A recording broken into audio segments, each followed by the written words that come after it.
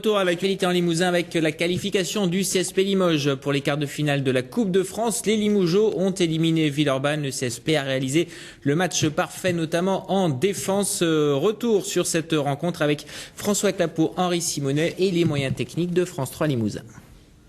Dès l'entame, l'ambiance est posée. C'est un match de haut niveau, un vrai match de coupe et rapidement le CSP domine.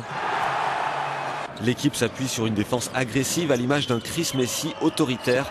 Il éjecte le Lyonnais Lacombe loin de son panier. Les individualités de l'Asvel arrivent à s'exprimer. Mais le CSP confirme sa domination dans le deuxième quart-temps. Doucement, l'écart se creuse. Plus 5, plus 11 pour les locaux à la pause. La première mi-temps est plutôt de bonne aloi pour nous dans ces rythmes-là.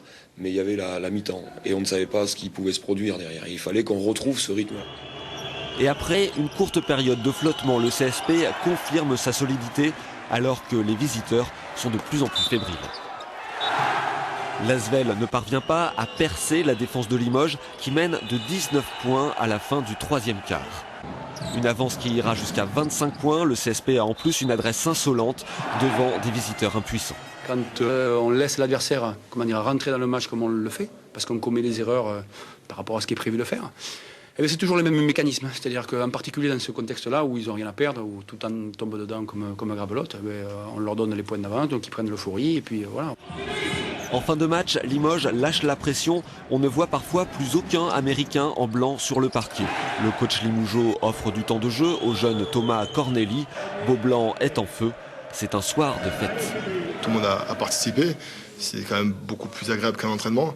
Et il n'y a personne qui a dû jouer plus de 30 minutes ce soir. Enfin, je n'ai pas encore bien vu toutes les stats, mais je pense que c'est le cas. Et quand c'est comme ça, tout le monde participe un peu à la fête, c'est agréable. C'est clairement eux qui nous ont fait déjouer. Et après, nous aussi, on a très mal joué, mais on est tombé sur une équipe de Limoges solide. On sait qu'ils n'ont rien à faire en Pro B, hein. C'est une équipe de Pro A. Score final 79-62. Une excellente préparation avant un nouveau déplacement dangereux en championnat face au Portel. Ce sera vendredi. Et Limoges connaîtra le nom de son adversaire en quart de finale vendredi soir. Les matchs se joueront le 10 avril. Parmi les adversaires potentiels, vous allez voir les résultats. Cholet qui a battu Gravelines, Le Mans vainqueur de Nanterre, Le Havre qui a battu le Portel, Nancy vainqueur de Strasbourg et puis Boulazac, un tombeur surprise d'Orléans 71-70.